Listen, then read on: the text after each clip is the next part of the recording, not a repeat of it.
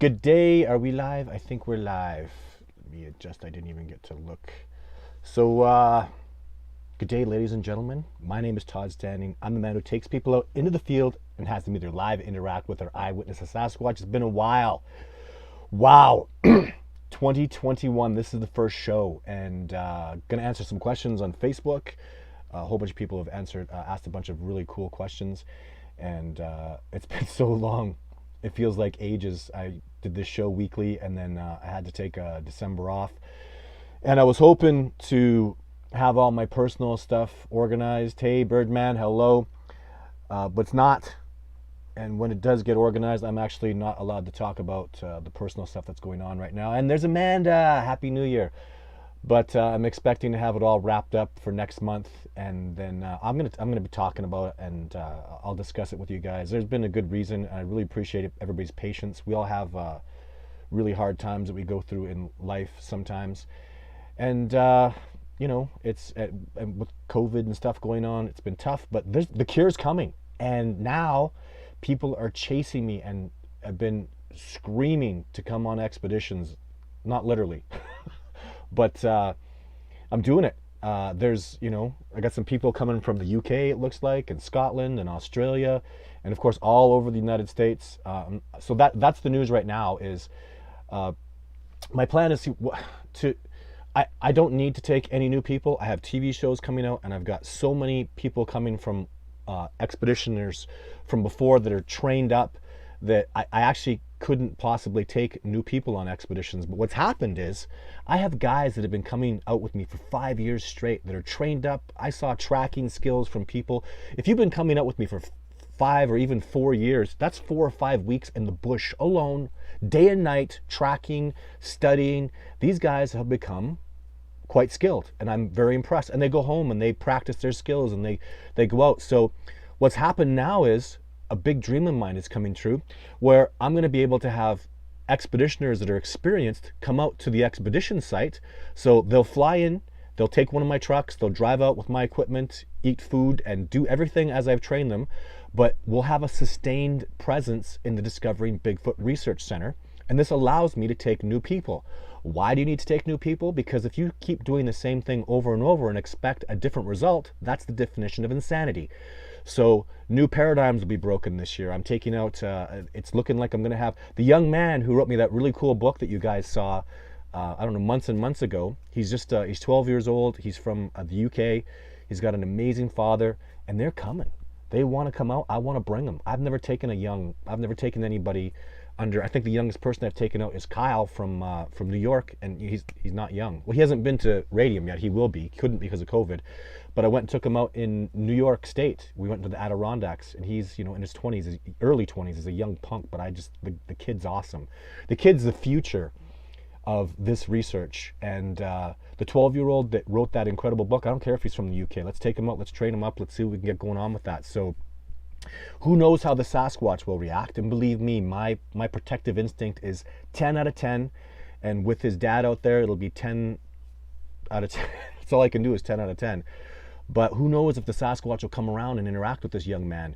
And I have other intentions to do really cool things on this expedition. So there'll be new people coming out. So for those of you, there have been lots of people that have been chasing me around and trying to get out. And obviously we had to say no last year.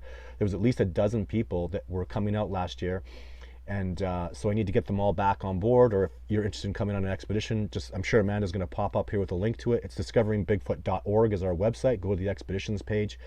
And I'm really excited. I should be able to take about, I'm gonna commit August to the new people, because August is a good time for Sasquatch, but there'll be lots of berries. The plants will be ripe, and it's one of the early to the end of August. It's easier because it's warmer, and you don't have to deal with the weather. And like people from the UK and Australia, they're going to get their asses kicked by the Canadian weather in September, October.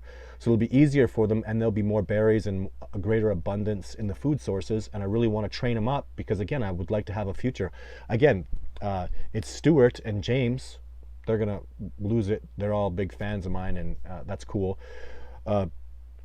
they're coming from the UK. If they want to come out lots, if James grows up and wants to do this and go gets a degree in biology or anthropology, I'll profoundly. This is long-term stuff, guys. This is never going to change.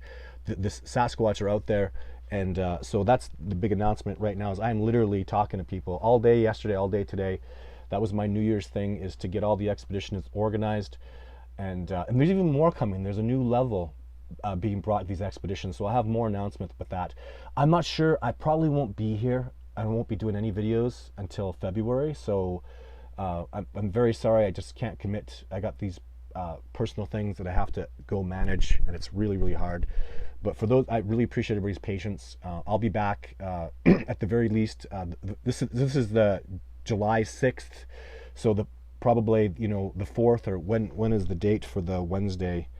Anyways, it'll probably be the first or second Wednesday of February. I'm going to come back with a vengeance. I'm going to start doing all my videos weekly, everything. I'm going to come back. I'm going to start working on my next film. I want that to be released, Discovering Bigfoot Part 2, probably in July. I don't know if it's Discovering Bigfoot Part 2 or another documentary that I'll do, just California Bigfoot, on all the success I had out there. It's been a long time coming, but I just had my ass handed to me like so many people over the last 2 years. It's been really tough. So I got on Matt's shirt. I hope Matt doesn't mind. I'll be doing something tomorrow too. I'll put some stuff on Instagram and Facebook with Phil's product. So if Phil and Matt are upset that I'm breaking their stuff in, sorry guys.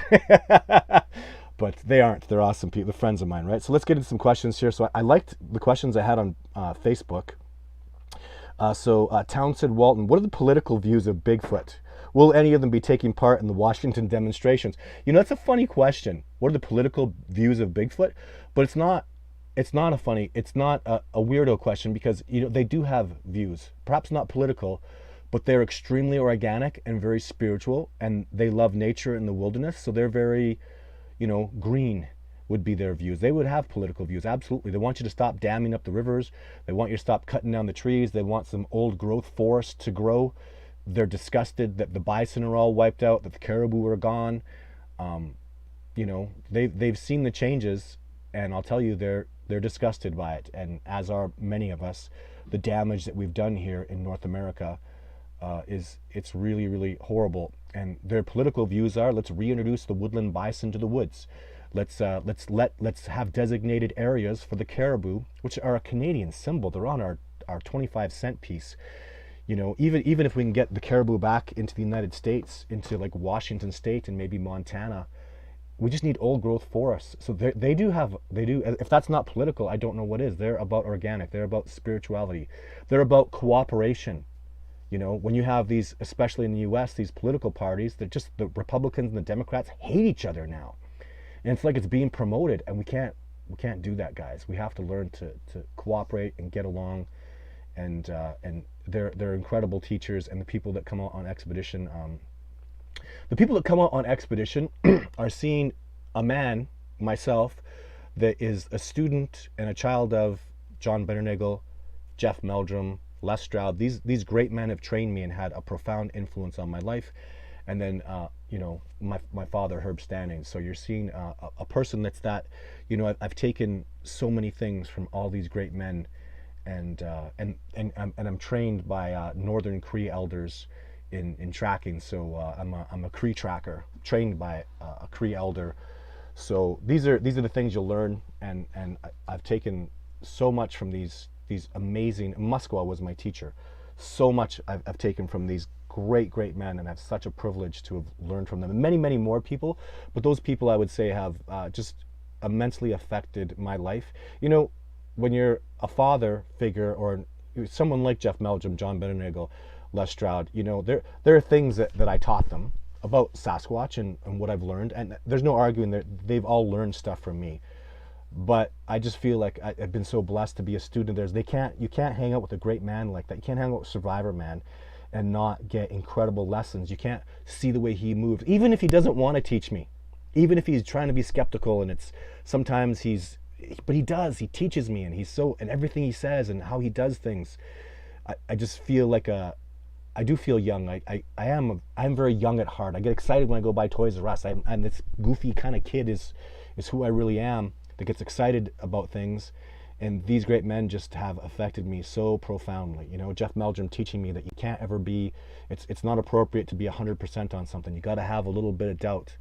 And even at times I don't take that advice because I know Sasquatch are real and I am 100%, and I know my footage is real and I don't want to say 99%. But Jeff Meldrum tries to teach me to try to have that little bit of skepticism, and so many lessons, and they don't even know it. So even I'll tell you men and women out there, when there's a younger person around you, make sure you understand the effect that you're having. Make sure that we all have our little circle, and don't think that you can just be around some impressionable people. And most people are impressionable, especially young people. You have a profound effect on them. You're doing things even by example, and the things that you do and how you, the littlest things matter, guys. The littlest things are kind of the more important things, I think. It's where the truth can really come out. So I hope I'm not just babbling off here. But anyways, I thought that was a good question. So thank you for that, Townsend Walton. What are the distances between different Sasquatch? What are the differences? No, it says, what are the distances between the different Sasquatch you've filmed? The faces all look very different. And we've talked about that. They are from the same group, and they are extremely similar. So I've talked about that a lot. Welcome back. So much conflicting information out there. Is it safe to go into the forest when you suspect that these creatures are in the area? Sasquatch, you know, if you just have to, that's a great question. Should you be concerned about them? They'll warn you guys. They'll let you know. You know, they don't want to harm people. Go out there with good intentions. Don't fight them. Don't verse them. You're gonna lose badly. You go out there with a gun. You go out there to go shoot them. You're on your own, buddy. You just walked into a cage with Mike Tyson, and you know, in his prime. Good luck with that. You're gonna get your ass handed to you. I can't tell people enough. If you don't know who Mike Tyson is and you're so young, then it's John Jones. You're going in with the heavyweight champion of the world, and he's in his prime, and it's in his cage, and he's gonna destroy you. You can't take him on. I don't have sympathy for people who go take on a Sasquatch. Good luck to you. And I'm being facetious. You're gonna get in trouble. Go out there with a good open heart. Respect the land. Respect the Sasquatch. And even, because I've been in California, guys, California Bigfoot, you know what? There's a Sasquatch on there that latched onto me, and he made sure damn good and square he knew I wasn't welcome there. And other people are welcome there, and Todd Standing was not. And he made it very clear, boy, I go back there, and I will not survive. And I learned my lesson, and I don't go back to that particular area in California where I got footage. I'm done. I will never go back there. Because, I mean, it's just obvious. He latched onto me, and he was showing me how he could crush me and destroy me, and I learned that lesson. There'll be more in the California Bigfoot documentary. I don't know if I've talked about that a lot, but it won't be mysterious. It won't be you'll know. They'll let you know, you know. When a boulder comes at you, what the hell? I'm trying to get a freaking software update here. Even with Sasquatch, after I filmed, I don't have footage in video 4. I didn't walk up to where Jane was, because when I tried to, a boulder came blasting past me. Just missed my head like by inches. Whipped past my head, exploded on the mountain. And me being a kind of a, you know, not so smart human being, I was like, gee, that was pretty close to my head, but I need to get up there. And the next one hit me, dropped me. Like a small rock hit me, and man, it dropped me, and I was in brutal pain. The second one, I kind of thought, you know what? The first one just messed my head, would kill me. The second one hit me bang on, severely injured me. I think he's trying to tell me, don't go that way. You got to think, guys. This is common sense stuff. So, and the Sasquatch are really good at projecting that stuff. So my answer is, yes, they're very safe. Yes, go out there. Yes, do the research. Take precautions. There's way more danger. People are killed every year by bears and mountain lions. Way more danger with getting lost and walking in the wrong spot, and, you know, getting caught in an avalanche, and, you know, there's a million, blowing your knee in the wrong spot, and no way to communicate. Like, you got to be responsible. So you're probably in more danger driving there, going through freaking afternoon traffic, in my opinion. So people are dangerous. Oh, and this was very, so I'm going to talk about this because I've never talked about this before. Andy Easton says, would you ever take an independent polygraph test on your videos to silence your detractors? I did. Way back in the days when I had video 2 and video 3 had just come out. I was doing some work with police officers in getting DNA from hair samples. So back then it was a burn test they did on the hairs, and it came back as some unknown species, and everything was cool. It was going good, so I agreed to with the police, and I also was dating a woman who was working with the police. doing forensic stuff. And so I agreed to do a polygraph, and I did the polygraph. This was quite soon after. It was maybe a year or two after I filmed video 2 and video 3, long time ago when I had the mini doc and stuff.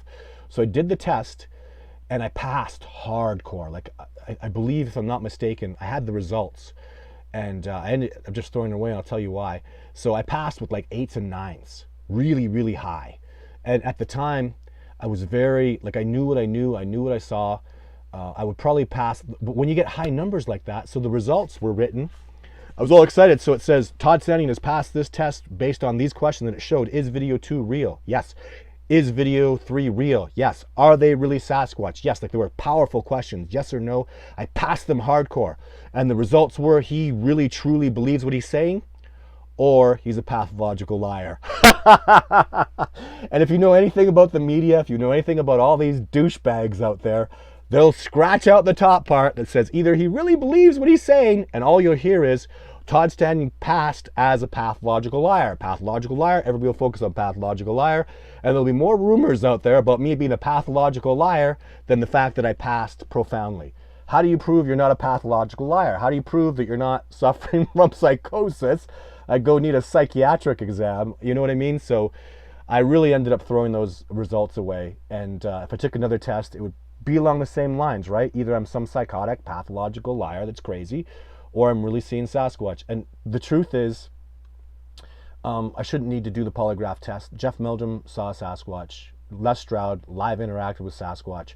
John Bitternagel had amazing success. I've taken out dozens of people now and had the most incredible success. They've seen Sasquatch, had it substantiated by tracks and the smells, and you know what I mean? So if that doesn't silence the detractors, I don't know what the hell the polygraph test will do. And remember, guys, for God's sake, I have DNA. I have DNA results. What the hell good is a polygraph test? I have DNA, I have eyewitness accountants, I've taken people out, I will continue to take people out, I will get more videos, I have new videos. So, you know, the polygraph test, I don't know. It just, as long as they're not going to accuse me of being a pathological liar again. So, funny stuff. All right, look at the questions down here. Hey, everybody. Let's get to it. Let's start answering some of these questions. Jeffrey Howes, love your videos. Oh, whoa. A lot of questions here. That's awesome. I'm so happy to be back. I just love doing this show so much. It's pained me deeply not to be able to do this show with you guys and to be going through the crap that I'm going through. But I'm coming back with a vengeance. Todd Standing loves his life. He loves his... all you, I guess you're fans. I love the support of all the people. I don't know if I'll call you guys fans. It feels like you're more like colleagues. We're in this discovery together. All of us want to discover Bigfoot. It's about this discovery. And I've never, it doesn't matter how much crap is going on in my life. I've had the most disgusting things happen. And I always come back and do this show, and I always feel happy. It's the most wonderful thing to do this show with you guys. So it's even awesome therapy, and I really feel that way. So when you want to do right, first learn how to stop doing wrong. Good. Does that apply when searching for Sasquatch? Are there big no-nos when you want to interact with them? Absolutely. Absolutely. Studying gorillas and primatology has helped me out dramatically, but just be humble. Don't be arrogant. Be a student. Be a great student. Survivor Man says, did he say non-hubris? Non-hubris, non-arrogant. He's so smart. And sorry, I forgot the meaning of the word hubris. But just Les Stroud says, be respectful, love nature, connect to the earth. Lots of no-nos. Don't take a gun out there. Don't point a gun at Sasquatch. Don't verse them. Don't verse nature. You want to know what has upset that man versus nature show? Even the very title, man, you don't verse nature. You are part of nature. You coexist with nature. You love nature. You embrace nature in every way. So yeah, there's lots of no-nos. Don't verse anything. Don't compete against nature. You're gonna lose. Go find a way to coexist. Go find a way to love it. Don't go in there with hatred. Don't go in there arrogant and thinking you're gonna you don't teach. The deer have nothing to learn from you. The elk have nothing to learn from you. You know what I mean? And certainly the Sasquatch, I don't know what to teach them. All I go out there for is I ask them for help. What am I going to give them a gift? They live the freest life. Can you imagine how it feels to just go sleep under a tree and wake up in the morning and go? Don't have to do your hair. Don't have to put your glasses on. You don't have to get your clothes and wash them. They just go. Like the Sasquatch, I'll tell you, hundreds of times the Sasquatch have watched me or my expeditioners get up in the morning and get our food ready, get our backpacks ready, get our clothes ready, have breakfast, cut wood, start a fire, lube up the bikes, make sure they're charged, get our battery. It's just we sit there for an hour, hour and a half getting ready. And the Sasquatch are out there going, I just rolled out from a tree and tomorrow I'll just roll back under that tree, and they don't need toilet paper. They don't have special eye drops for, you don't have to take pills to go to sleep. They don't need, you get a sore throat. They don't need a cough drop. They don't do that stuff. Can you imagine the freedom? Really think they don't care what time it is. They're patient. Everything comes to them. They know where to go. They have abundance. Can you imagine living that life? They live in the most beautiful, serene place. They're an apex top predator. Nothing hunts a Sasquatch. Nothing. They're top apex. They're the big dogs out there. It's their home and it's beautiful and they love it. So what are you going to teach them? What are you going to give them? You know what I mean? And the answer is you just learn from them about their serenity. They teach you patience. They teach you love. They teach you spirituality. They're at the highest level of spirituality, guys. So yeah, lots of no-nos. Great question. I miss these live shows. So happy to have you back, Todd. It's called tribalism. We can thank identity politics. Let's hear more about Sasquatch instead. It's called tribalism. I don't know what tribalism means. That sounds kind of cool though. I hope tribalism's a good thing. Maybe it's not. Do you think Bigfoot can read one's mind?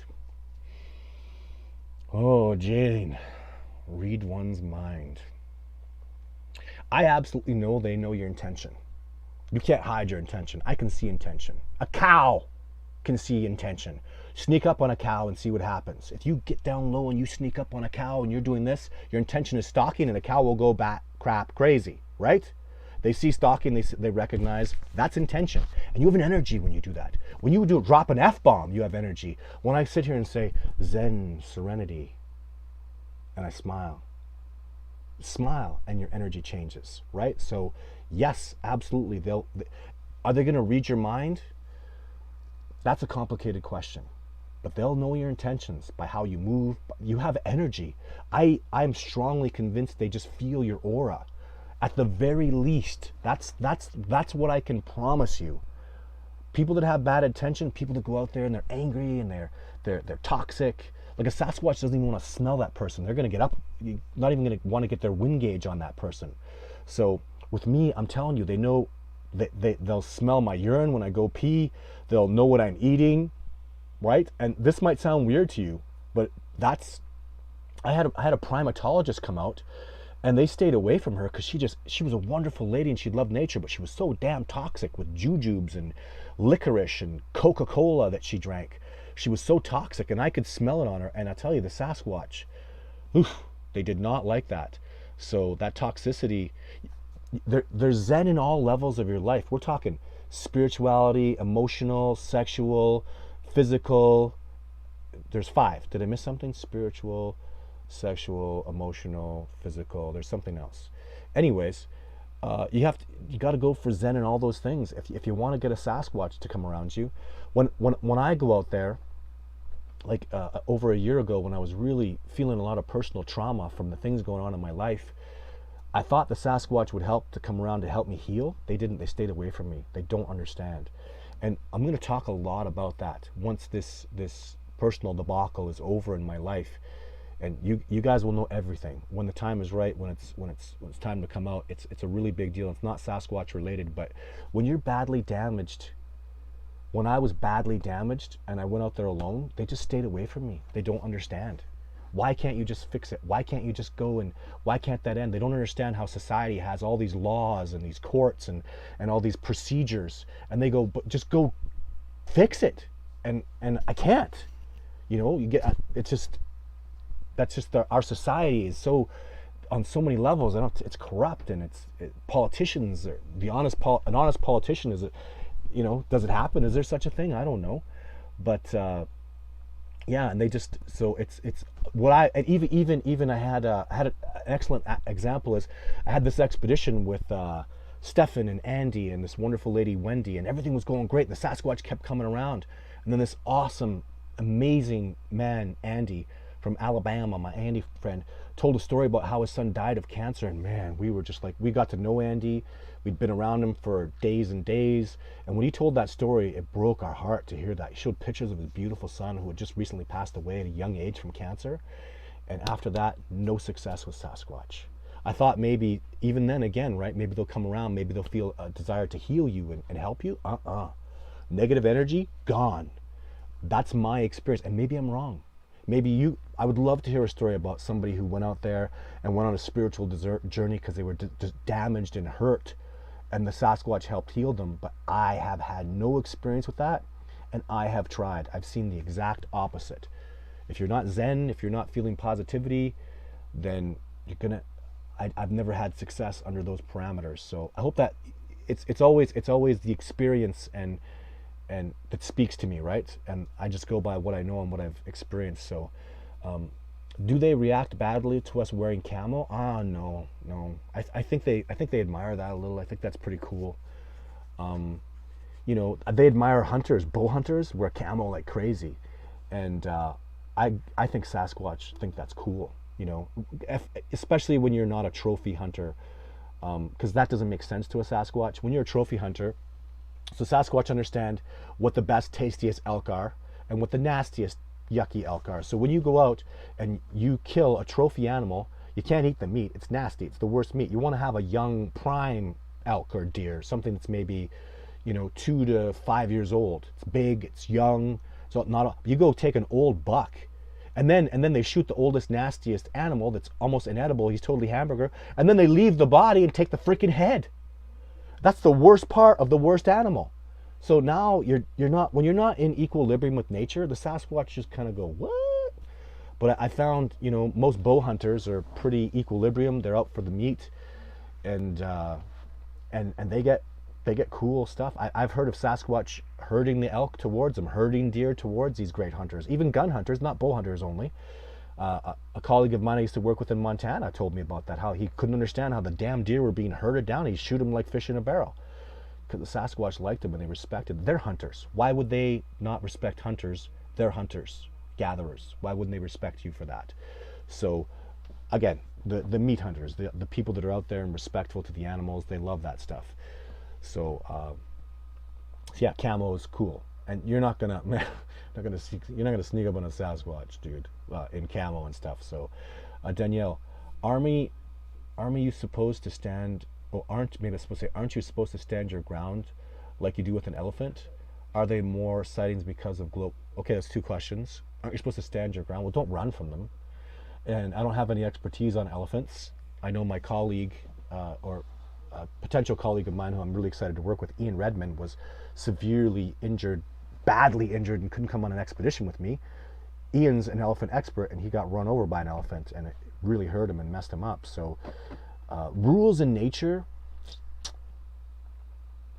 they're rules, but you gotta, there are days, like just as an example, Timothy Treadwell, if you know about him, he's the grizzly man. Man, the more I learned about nature and bears, that guy just knew bears so well. He had a weird thing that he did.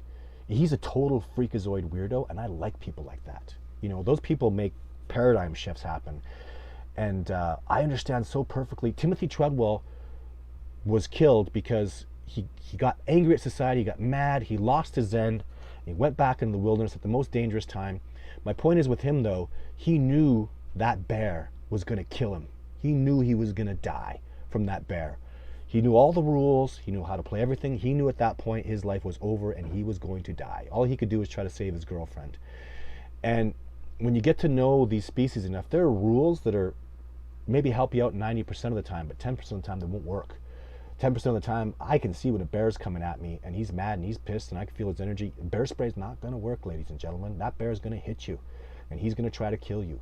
And and I've had enough experience with it, and I follow enough of the rules that on all levels, if I'm frustrated, if I'm if I'm like Timothy, when he went back, Timothy Treadwell, when he went back in the bush, he was frustrated, he was angry, he was out of his zen, and he died because of it. He was all those things, and he was in the wrong place at the wrong time. And he knew it. He even may have filmed that old bear that killed him. So, you know, the wilderness is not a place, it has no sympathy for weak. It has no sympathy for mistakes. And you better have your game on. And I'll tell you, I train hard, I work hard, I get my zen. If I don't feel like I'm 100%, I won't take people on expedition.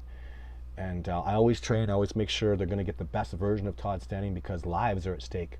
I'm so grateful for people that have, so many people have entrusted their lives to me, that when they come on an expedition with me, man, they get the best Todd Standing. I'm fit, I'm strong, I'm trained, I do yoga, I'm stretching, I'm strong, I lift weights, I train with my balance every single way.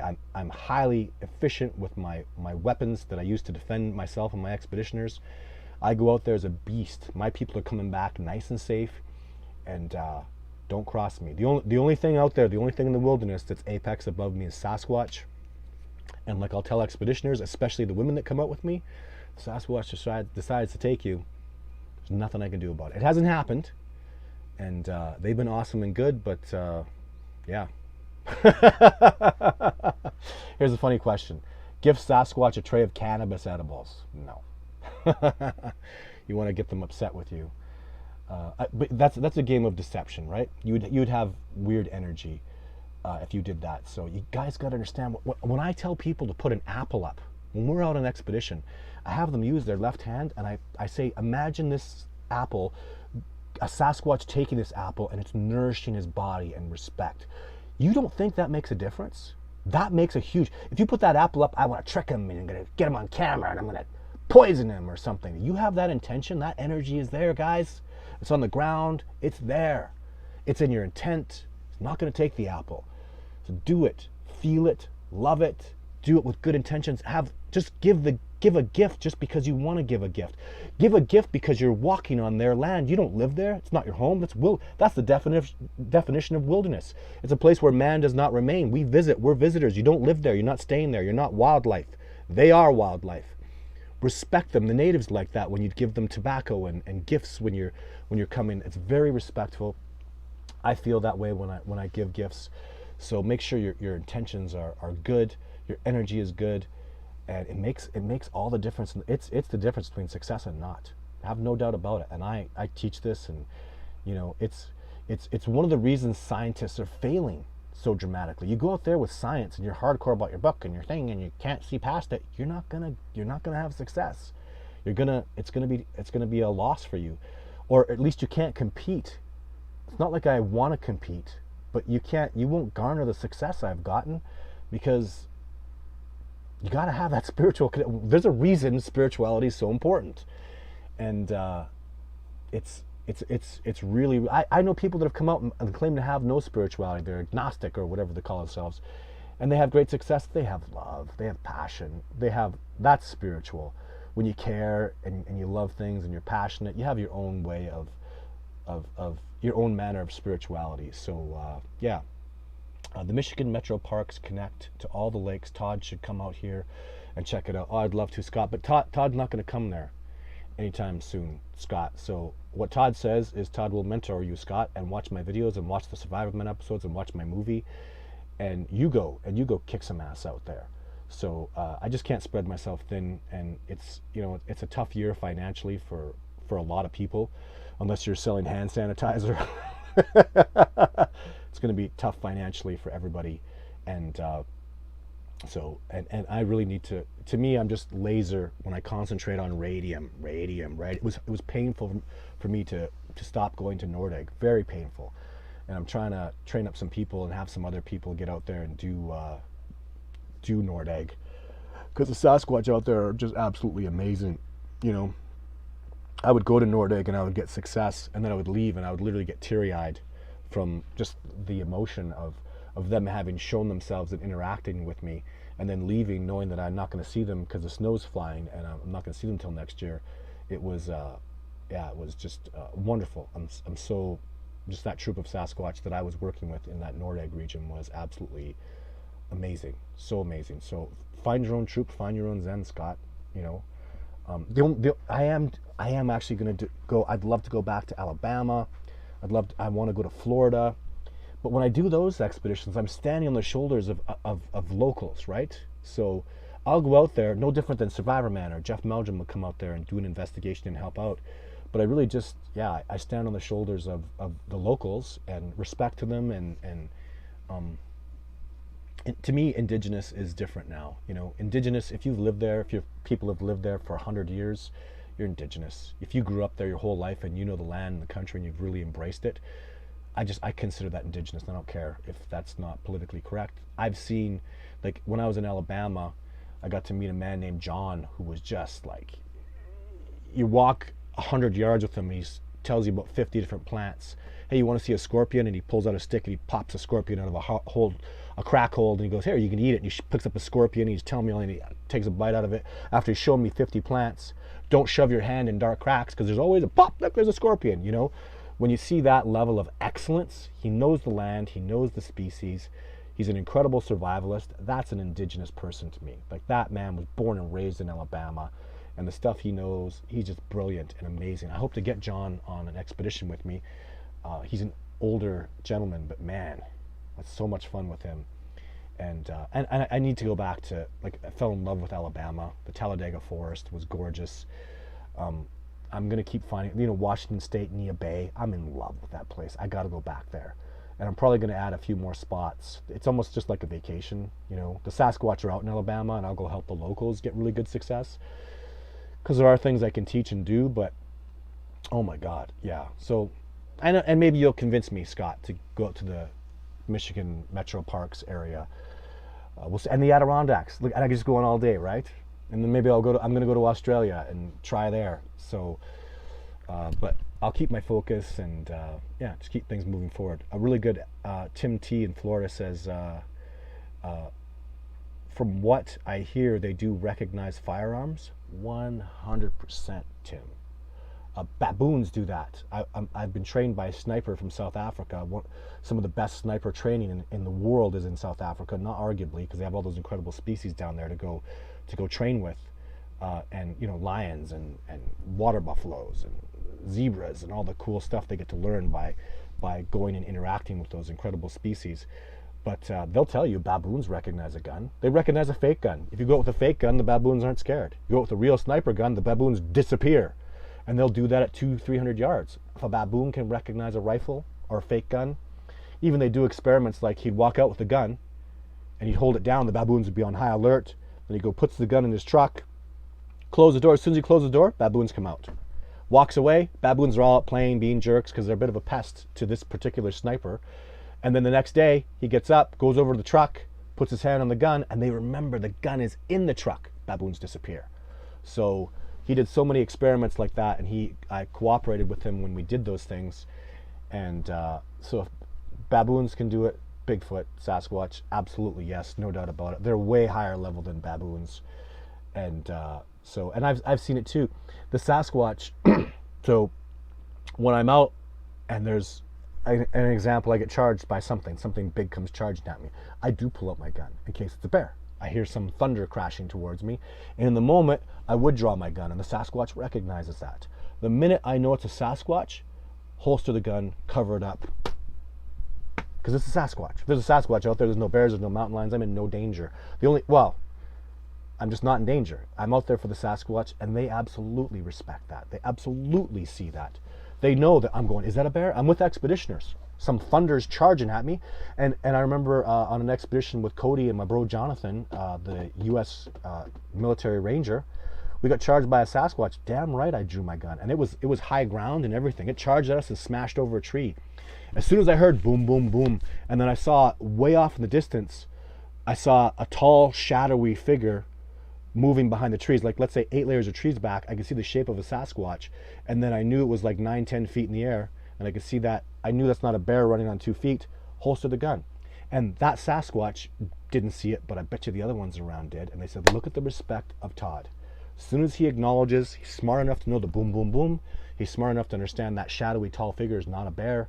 And look what he did. As soon as he knew it was a Sasquatch, holstered his gun, put the weapon down. If you have a gun, put it on the ground. Put it away. Safety on. Even your intention has to change. Whoa, I'm not using that thing anymore. Throw it over your back. I don't know. But don't, absolutely 100% yes, they recognize. So, yes, they do have and don't like them. Jane Wolfe Todd is mentioned on previous shows. Yes, they do recognize. Yeah, there we go. Ryan Taylor Todd, have you ever felt that fear, like you're vibrating from it, like you're sick fork in a toaster, like you stick a fork in a toaster? Ooh, that's a not like that. I've actually felt I felt the infrasound make me sick where I was almost going to throw up. So I would compare it to being like on a merry-go-round times 10, where I remember I was crossing a creek with a colleague, and infrasound hit me from up on a cliff that a Sasquatch was hitting me.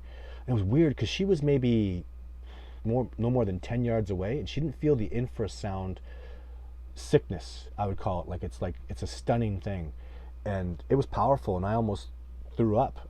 I felt so dizzy. I dropped to my knees in a creek, a freezing cold glacier creek that I was walking through. It was only up to it was just below my knees, and I dropped to my knees. I didn't give a shit about the cold of it. I was like dry heaving, but I would not call it stuck a fork in a toaster. It was nothing like that. It was just like a dizziness. And the more I've learned about infrasound, it hits your inner ear and it makes you dizzy, and that's how it stuns you. It's an overwhelming amount of infrasound. Is it infrasound? I'm pretty sure that's what it's called. Boy, my life has been not Sasquatch the last 3 months. But oh, look at this! Happy New Year from Japan. Oh, domo arigato. That's awesome. All the way from Japan. People all over. Amanda's in the UK, Japan. I bet you there's an Aussie on here somewhere. I can't go anywhere without those awesome Aussies around. And that's great, so wonderful about the internet, isn't it? People from all over the place. Welcome from Japan. Can you imagine that? We're asking questions, talking to people all the way in Japan. Masato Tahashi, even an awesome Japanese name. Pleasure to meet you, sir. Thank you for tuning into the show. In case you don't know, I'm just extremely cooperative. People culturally, I'm excited about the UK people coming from England. Have I ever had anybody from England? I can't remember taking somebody who's like living in England from England out on expedition. Germany, Saudi Arabia, Australia, China. It's mostly the United States. Like 80% of my expeditioners are from the US. So and I feel like the northern brother of the Americans. Canadians just follow everything US. The decisions you guys make affect us profoundly. I don't really feel like there's even a separation between Canada and the US, really. I love the I loved Alabama, and that feels like a home away from home for me. I love Washington State is home. That's just like British Columbia is Washington State. There are extreme similarities. All the way into Oregon, when you start getting into Southern California, it changes dramatically. That does not feel homey to me, but land is land. The earth is the earth. This is our planet, guys. We've got to fight for it and take care of it. So, and I just don't, borders and stuff like that just seem like a joke to me. Just like I'm proud to be a Northman. I'm a Northman. I love the snow. I love the winter. I love winter as much as I love summer. And I love snowboarding. I love snowmobiling. I love just trekking around. I love the way winter is just like calm, serenity, sleep time. I think winter is so beautiful. And then spring and summer are kind of messy. And then, spring and fall are messy times. I don't like it when the snow's melting and it's wet. And I love summer. I was in Alabama in August when everybody told me, don't you dare do it, it's too hot. Well, Todd Standing was in the hottest time of year in the amazing, gorgeous Alabama in the heat. And just like I knew I would, I kicked ass. I took the heat. You just get zen with it. It's just like everything else I'm saying. You don't verse the heat, guys. I was in Texas. I was in San Antonio, Texas one year, and I saw these Mexican people that were just like killing it in the heat. And I knew I could do what they did. And I just realized, calm down, slow down, feel some serenity, and don't verse the heat. Don't fight it. You don't verse the cold. You don't fight it. You embrace it. You acknowledge it, and you survive within it. It's nature. It is nature. The temperature is nature. It's what's out there. And so That's how I feel about that stuff. So really got off on a tangent there. But oh, God, I hate it when it does that. I saw a really cool question. Do Bigfoot herd elk? Yes, absolutely yes. The elk are like their cows. They follow the elk. The elk are an incredible, amazing, reliable food source. And yeah, do I see Happy New Year from Italy? That's so cool. Now Italy? You guys are impressing me. That's so cool. What's going on here? Okay, so I bumped down. Anyways, the elk thing, I've talked about that a lot. So Joanne says, question, any reports of Bigfoot in or near Jacksonville, Florida? Oh, you're just gonna have to look that up. So I gotta expand so much, but I'm not sure. I'm going to an area in Central Florida is where I have a plan to go. It's not the Everglades. I thought that people would want me to go down to the Glades and look at the skunk ape, but I found a really cool story from the Sasquatch Chronicles, and I'm cooperating with Wes from the Sasquatch Chronicles as much as I can. I like to show. I like the way Wes. I don't know what's going on, or all the crap and the theories and the garbage about Wes from Sasquatch Chronicles. I don't like that stuff. I don't like the rumors and all that stuff. What I know is people that have seem to have legitimately had really cool encounters. There's some stories I've heard on there. I just hear that. I hear the ring of truth in these stories, and he's so good at letting people talk and bringing more out of them and being a good host. He's very talented at that. There's no arguing that, and that's why his show is so popular, because he knows you got to have a gift to have somebody there to tell you something and get more out of them, to milk that goodness, and do it by being positive, do it by making them feel comfortable, and he's very talented at that, and that's a really rare thing, and you have to be a good person to do that. So I feel a lot of goodness from him, and I love what he's doing. He's propagating greatness in Sasquatch, and so I'm in on that. I'm a fan of his show when I can watch it, so and I like what he's doing. So do you know anything about the half-breeds of Sasquatch that are being reported? No. I don't even know what that means, half-breeds. I guess maybe half human, half Sasquatch, but you can't even say that, because if Sasquatch have successfully bred with human beings, which is the case, which is in the DNA, we're the same species. I don't want to talk into that too much because I know it's a really uncomfortable subject. Let's focus on, helping this discovery move forward. Joanne says, question, any reports of Bigfoot? Oh, I did that one. Todd, where can you get one of those hats? Oh, the hats it's on the website, discoveringbigfoot.org. Yeah, this is the new, yeah, and this is my sister's hat, so it's pretty cool. The work of it is pretty amazing. So yeah, and this is Matt, who's been on expedition with me. Matt from Calgary. Matt surfs. He's this guy comes on expedition with me. He's this amazing artist. He's a carpenter, and I find carpenters, welders, lots of journeymen are really cool artists, and he's an artist of that. And he surfs in these glacier, nasty, cold rivers in the winter, right? And I went out with him and tried it one day. It was awesome. Boy, these guys, can you imagine how crazy that they're surfing in -10, even maybe -20 in a flowing river. That water is godlessly cold. They put on a wetsuit and they get out and they surf, man. And I just had to try it, and I'd love to get into it more if I could have more. But anyway, this is Matt's shirt. Matt came out with me on an expedition with his dad, and it garnered virtually nothing for success. And we had an incredible time. We made discoveries, though, based on signs left behind. What an incredible expedition, though. That's what's so amazing about what I do, is I go out with Matt and his dad. His dad's in his 70s, Matt's in his mid-30s. These are awesome, amazing guys, just wonderful. Like, this is a profound statement. These are John Benernagel good men. John Benernagel was a gentleman. He taught me what that word meant, gentleman, and these are two gentlemen. They're honest and good, hardworking, wonderful people, salt of the earth, incredible people. And we were looking at, I didn't know much about poplar trees, and they're like poplar tree experts. They cut it, they burn it, they work with it. And we were looking at poplar tree, Sasquatch tree breaks, And man, did we make discoveries. Oh, it was awesome. And we had so much fun. We got snowed out. The temperature was like -20 in October. We got our asses kicked by the weather, and we just had so much fun talking Sasquatch, pushing my paradigms. I love that. Like they were just like, if you don't do this, you don't do that, you can't say this, in my face about stuff, even though they're gentlemen. So it was wonderful. Smart, down. I find salt of the earth people, I don't mean to be disrespectful to the PhDs, but when you're those salt of the earth, good, hard working, honest people, I just seem to get more from them than most PhDs. Jeff Meldrum and John Benenego were exceptions.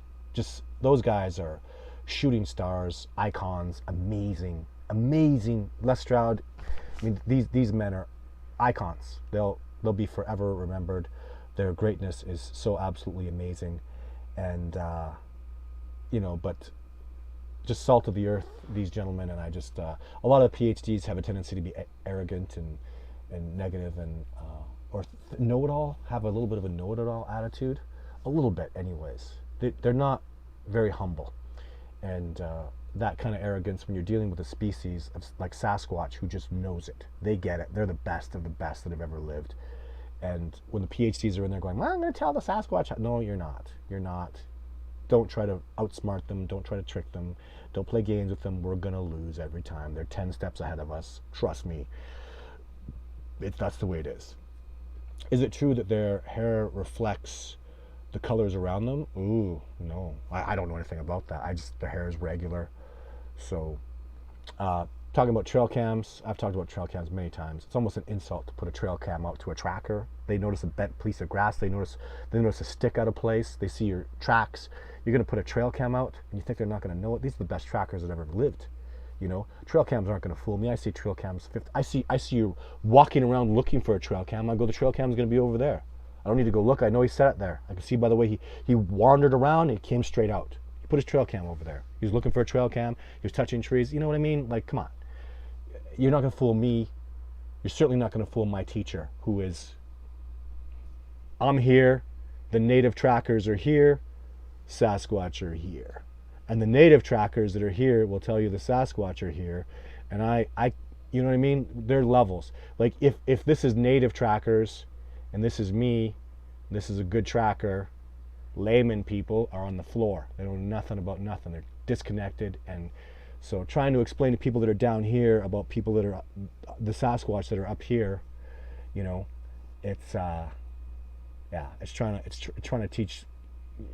It is what it is. It's not. So trail cams are kind of an insult. But thanks, Brian. Missed me. So chat room's going to be open after. That's awesome. I'll tell you, make sure you know when you're on that chat room, Phil and Amanda, they know me backwards and forwards. I have discussions with them. They ask me questions. They watch all my shows. They've seen all my videos probably multiple times. Amanda's out there watching multiple other people, giving me advice. Phil as well, giving me advice, telling me what's going around in the community. And if you impress them, you get to me. So if you want to get to Todd Standing, Phil, left arm, Amanda, right arm, they'll call me. You go on that chat room and you impress them, and they're highly intelligent people that know me all around. They know everything that's going on in my life. They know every trouble. I am open with them. They are wonderful gifts in my life, a wonderful gift to this research, to discovering Bigfoot research. And get on that chat room, go talk live, go impress Phil. Phil will go, I'm very impressed with this guy. He does this all the time. Hi, Todd. Oh, there's this guy in the chat room. You gotta talk to him, call him. Let's do something with him. Isn't Phil the reason I went to Alabama? I think Phil's the reason I went to Alabama. That's how profoundly. Phil and Amanda, for sure. I went to Alabama. I loved Alabama. And it was Phil and Amanda. I never would have done that without them. It was their connections. It was them being impressed with a certain person. I went down to Alabama, and it was a wonderful, tremendous gift. So get on that chat room. You got stuff to show. You've got things to say. We also have a web address, bigfootencounter@gmail.com, or if you've had an encounter with Bigfoot, it's bigfootencounter@gmail.com. Send that. Amanda looks at it, impress her, and it comes to me. That's it. So Jesse O'Brien, why do they scream? To test your mettle? To scare you? Why would they charge at you? Why would they bash over trees and stuff? They are powerful, awesome primates. They want you to respect their power. But it tests your mettle, guys. You want to impress a Sasquatch? Sit down and chill out and go, wow. Be impressed by his power. Right? Don't do what everybody else does. Don't run away. Don't be scared. You're not. If you're scared, if you live in fear and you're toxic, you think they want to befriend you? You think they want to know somebody like you? Not interested. They're interested in people that are calm, cool, and collected. Make the right decisions. Show them. You don't disrespect them. And I'm not. It's scary. A Sasquatch charges at you and tears a tree out of the ground. I'm scared. I'm not going to lie, but I'm impressed, and I'm going to stand my ground. And if you can't stand your ground, and you can't be impressed, and you can't move forward gently and be calm, then you got to go do something else. Don't do Sasquatch. Leave it for somebody else. That's what Jeff Meldrum told me. If you can't get up there, if you can't move forward, go find a new profession. You can't do this job. You're in the wrong place. And you're very special to be able to do that. So you can do it. You can. And be afraid. Be terrified. Go home, think about it, come back and do it again. That'll impress a Sasquatch. They'll scare the hell out of you. They'll rip trees out. You freak out. That's okay. People do it. Right? It's a natural response. It's a freaking terrifying moment. But if you come back and you learn and you're calmer next time, you're going to impress them, right? So there's an expeditioner that I took out. Love this dude. I'm a big fan of his. He's out with me, and so there's two benches that we're sitting on beside the fire. This is in Nordegg. And he literally, a squirrel makes a little sound, and he jumps out of his spot and sits beside me like, boom! And he's like scared, and he's like cuddled over beside me. This is a big, muscular, strong, intelligent, awesome dude. He goes, what was that? And I literally go, that's a squirrel. And he says, if the Sasquatch comes around, I'm probably going to be on my knees. I'm probably going to be sucking my thumb and crying, but I'm not going to leave, and I'm coming back next year. I admire that immensely. Admire that. He didn't care how much fear he went through, how much it scared him. He's coming back. He's going to keep moving forward. And I admire people like that, because at least he's being honest, and he will get better, and he is improving. And I'm honored to call that gentleman an awesome friend. Question from Jesse O'Brien. Why do they scream? Right. Was that what I was just talking? Anyways, yeah, to intimidate you. So test your mettle. They want to scare you sometimes. That's what a charge is about. It's to scare you and test you. So would there be other reasons for a scream though? Maybe they don't want you around. Maybe you're doing something wrong. I don't think so. No, I can't think of a situation where the Sasquatch screamed at me and weren't trying to test my mettle. Why else would they scream? And even just as an example too, on an expedition about a year and a half ago, we heard a Sasquatch scream up on a hill, let's say to our right, 2 kilometers, maybe a mile and a half. And then to my left, another 3 miles, 5 kilometers away, another Sasquatch scream. A big, loud, whoa! Not a scream, but a yell. I don't know, you can scream, yell, a big, loud sound, right? Like a big, loud, primate sounding yell. And I remember the expeditioners go, are they trying to communicate with each other? And I went, absolutely not. That's not for them, that's for us. So letting us know they're there. Those yells, though, I won't call them screams, they weren't intimidating. And even on the episode of Survivor Man, we heard yells. Was it 2 or 3 of them? Those weren't intimidating at all. Those were, I would call them yells. And they were just letting us know that we're all around. And what we got is with Survivor Man, one over there, one over. So basically triangulated 3 different yells from 3 different points all around us. What does that say? We're here. We're below you. We're above you. We're beside you. We're all over. That was actually the 3 points. You could go down. You could go up on the mountain to the left was inaccessible. So you could go down or up. So down or up, they're there. Oh, and there's one over on across the other mountain. And you know what happened? What lesson I did? This. Woohoo! Yeah! That's why we're here. Did we get scared? Did we cry? Were we afraid? Did we draw our guns? Hell no. Our mettle was put to the test. And what did we do? I couldn't have been happier. If you saw me on the show, I'm like, whoa, the Sasquatch are here. I want to do a little Sasquatch dance. So other people would be terrified. Other people would run away. Other people would be scared. Other people would draw their gun and stand there all night with their gun like this. Which which result do you think is going to bring the Sasquatch around? Which result is going to better and have the discovery process move forward? If you can't answer that question, then don't do the research. Hey Todd, love your videos. All the way from New Zealand. Woohoo! So we got New Zealand, Australia. Oh, there we go. Pablo Big Balls, Scotland. I'd love to go see them. Actually, I have a Scottish gentleman that is interested in coming out. So I just was trying to communicate with him today. I don't know if Pablo Big Balls.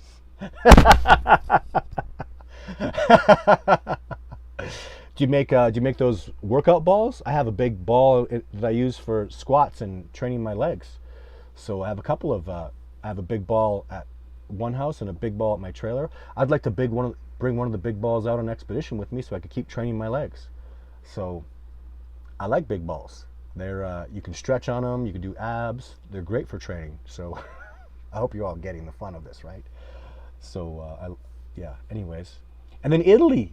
Like is this so cool? Bigfoots are Italian, that's why they're so hairy. Oh, I needed that. Man, is this show fun, right? Woo! That is awesome. Got to be able to laugh, guys. Pablo Big Balls, thumbs up. Awesome. K-Spat, spiritually, mentally, emotionally. Spiritually, physically, mentally, emotionally. Is that it? There's just 4? Spiritual, physical, mental, yeah, it's just 4. Oh no, sexuality. Human sexual. So spiritual, sexual, physical, mental, emotional. There's 5, right? And they all matter, guys. Sexuality matters. It's your life energy, life force. If I don't have any qualms about that stuff. You have to, all these things matter. So you need to find spiritual fulfillment and don't be afraid of any of them. I wonder how they would react to an amputee. Yeah. I don't know. I think it would be less about the amputee. I don't know. It's a good question, right? I've never taken out somebody that had those kind of special needs. And that's part of the reason I was happy to come back to Radium. Nordic had easier expeditions. And so I was taking people that weren't incredibly fit. And now Radium I've discovered a spot where I can have easier expeditions.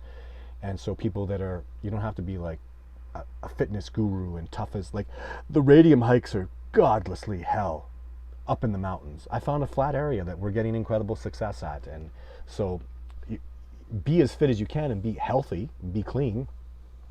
But people, it's not about some crazy, Navy SEAL training stuff anymore, because it was before, man.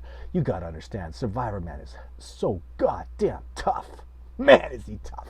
And I've been out with the guy. He went up the mountain like a mountain goat. That guy's a beast. He came down in a spot where I don't come down. I was a crazy rock. He goes, hey, you should come down there. I'm like, no, I'm not taking people down there because normal people will die. If you slip, you die. He flies down the mountain. He's just like a goat. Boom, he's down. I tested that man's mettle. I left that man out in the bush. That's as tough as you. I've been out with Army Rangers. I've been out with Special Forces guys. They're tough. They're awesome. I love these guys. Les Stroud is that tough. I've been out with firefighters. Man, tough. William, tough. Holy crap. Like just a beast. I love these guys. So in different levels, I'm one of those guys. So I'm 6'3", I'm over 2, I'm like comfortable at 220. So I'm a little bigger, and I have that acute where I can be faster, a little stronger. But those endurance guys will kill you, man. They'll kill you. They'll destroy you. And Survivor Man is endurance. Survivor Man, I couldn't do those Survivor Man episodes. Are you kidding me? These big guys, you get The Rock and Arnold Schwarzenegger. They're awesome over short distances. They need 5,000 calories a day. You put The Rock versus Survivor Man? Oh man, The Rock's in for a run, because that's endurance. Survival is about endurance, man. There's 365 days in the year. The Rock needs 6,000 calories a day. Man, you're dead meat. Survivor, man, that dude can survive on 1,200 calories a day. He could drink water for 10 days straight. The Rock will be dead in 5 with water. Dead, done, out, on the ground. So wolves have taught me that. Wolves will wear down an elk. Wolves will get you, man. One wolf will take on a 2,000-pound moose. He'll burn him out. He'll run him and run him and run him and bite him and run him and run him and run him and bite him and run. Days. Days later, the moose on the ground, wolf just rips his throat out. There's a video of a wolf chasing a moose in water. This freaking giant moose is running from this little wolf, and the wolf's biting him and tearing him and just voracious at him. That wolf's gonna get that. The drone that flew over scared the wolf off. That moose was like, thank you, God, because that drone scared him off. Otherwise, that wolf was gonna swim. He was gonna follow him. That's endurance, baby. I have a beautiful Rottie. I love my Rottie. She's awesome. A wolf would tear her apart. Acutely, in a quick fight, my Rottie would win. But a wolf doesn't fight like that. He's going to burn you out, man. He's going to be faster than you. He's going to have better endurance.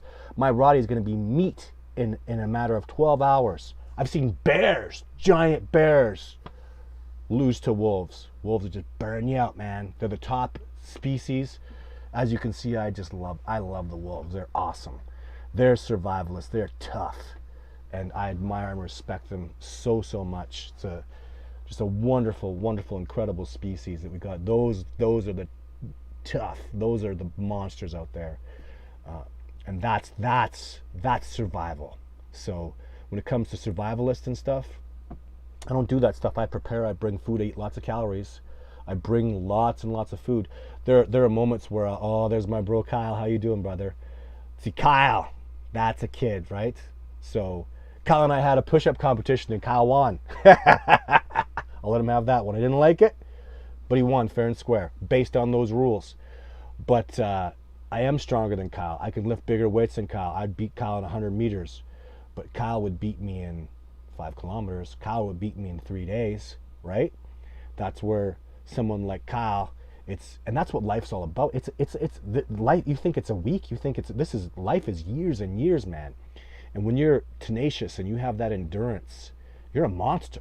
You'll win in the long run. The race never ends. Never ends. Not over. And people like Kyle won't quit. Just keeps moving forward. And to me, that's devastating. I need to take a break. I'm burned out. Kyle just walked right past me. That's how he beat me in the push-up competition.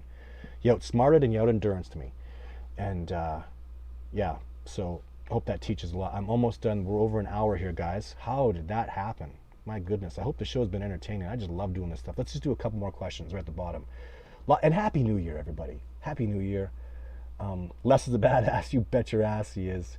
So Kyle's saying Happy New Year. Remember that chat room's open, guys. Kyle, why don't you go to the chat room, brother? Kyle has been boots on the ground, bled with me. That kid knows stuff. He's from New York. He's in the Adirondacks is where he took me out to. He's an indigenous person from the Adirondacks. He's got an incredible dad who's now, like, dad is salt of the earth. Kyle's not as nice as his dad yet. I think Kyle's going to get there. Kyle's got a lot of, Kyle's just, he's awesome. But I was young. I was a little over rambunctious. Actually, he's not nearly as much of a hothead as I was. I was a big hothead at his age. But Kyle's going to calm down and find good serenity and have good peace in his life. And his dad is his dad is like a man that I hang out with, and I can just, he doesn't know it, but I learn stuff from him. His dad is a great man. I love calm and serenity and peace. I love it when people find a groove and they find their happiness and they just settle into it. And Kyle's still looking for his. I'm still looking for mine a lot. I got to settle into.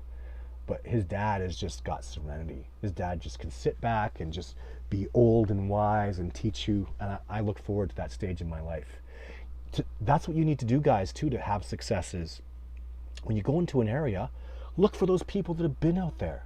Not just the natives anymore. It's indigenous people like that gentleman I was telling you about from Alabama, John. Even Kyle. I go out into that area. Kyle's telling me where to go, teaching me. He took me to a spot where he had a Sasquatch sighting, and lo and behold, there's tree breaks all over the place from 10 years old to 2 weeks old, and we had a Sasquatch encounter. How did that happen? Because Kyle found me, and I listened to Kyle. Kyle, how did we even find Kyle? How did I even find Kyle? I don't even know. He came on the chat room. He kept talking. Maybe he impressed Phil. So, and there are going to be other people like Kyle on the live chat. And there's a link to it. I think you just click on that. Look how awesome that is. Just click on that link. Go to it, because this show is coming to an end, guys. I'm going to just do a couple more questions. Do you believe Sasquatch can see infrared light cameras? Absolutely not. Absolutely not. I'm 99% convinced they could not see infrared. There's no reason to believe that, but they see excellent at night, excellent vision at night, and they will see you put the cameras up. They will see the camera there at night. They'll see your tracks at night. So it's not that level. They're at another level, but there's no reason at all to believe they could see infrared whatsoever. Think they can see sensors? No. That's the next question. Can't find any hats on the store. Really? We'll figure that stuff out. Be patient, guys. There should be hats in the store. Yeah, I don't know. We'll figure it out. Be patient. Be patient. Merchandising's tough. So I'm open-minded to the Bigfoot, but how come we just don't get them on camera clear as day? Well, I did. You know what happens? JCDL, I have crystal clear camera footage. Then people say it's too clear. So I'll tell you a little game that I played is I took some of my Sasquatch footage back in the days when I was giving it up to newspapers, the National Post, New York Times, CNN. I put a blur effect on the damn thing. People loved it 10 times more. And then over the years, I took away the blur effect. Now you're seeing the raw footage. I had to ease people into it like a frog in hot water. Because, man, when I first came out with that Jane stuff, people hated it. Oh, my God, I can see it perfectly. It's in perfect focus. I hate it. You give them what they want, and that's what happens. And that happened. That's still happening. So look at what you said. How come they're not crystal clear? That mine are crystal clear HD.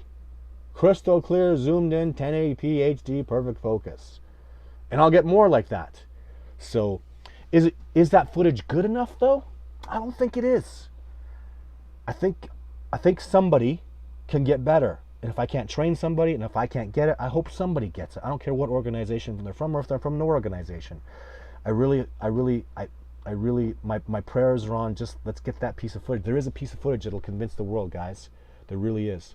And I wish all of you tremendous success in that journey. Any of you. So, Mr. Lamus, thank you. Happy New Year. There's Amanda. So it's all good, guys. We're done for the day. It's an hour and 11 minutes. I only try to do a 1 hour show, and you guys have inspired me. Bring the beard back. Yeah, there's a reason the beard's gone. We'll work all that stuff out. There's lots to do, but let's have fun with the Sasquatch stuff. You guys are amazing. Heartfelt gratitude for coming and enjoying the show. Look at this. We had hundreds of viewers at least. This this video will generate thousands of views, and you guys are so awesome. Go to the chat room if you can, and yeah, they'll be. Just give me a little time, guys, and I'll get back in the high horse.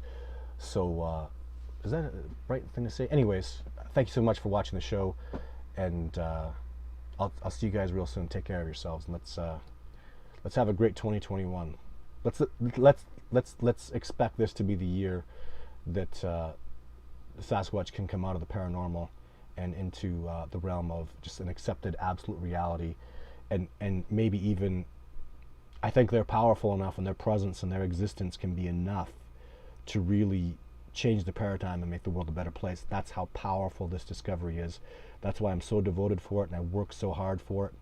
And they can make that kind of difference, and that's why this discovery is so important. I fight for this beautiful, incredible, amazing planet by attempting to show them the reality of this magnificent species. And I think that's why we're all here, and that's why we're all fascinated. So let's keep that up. Let's work to make that happen. Y'all take care.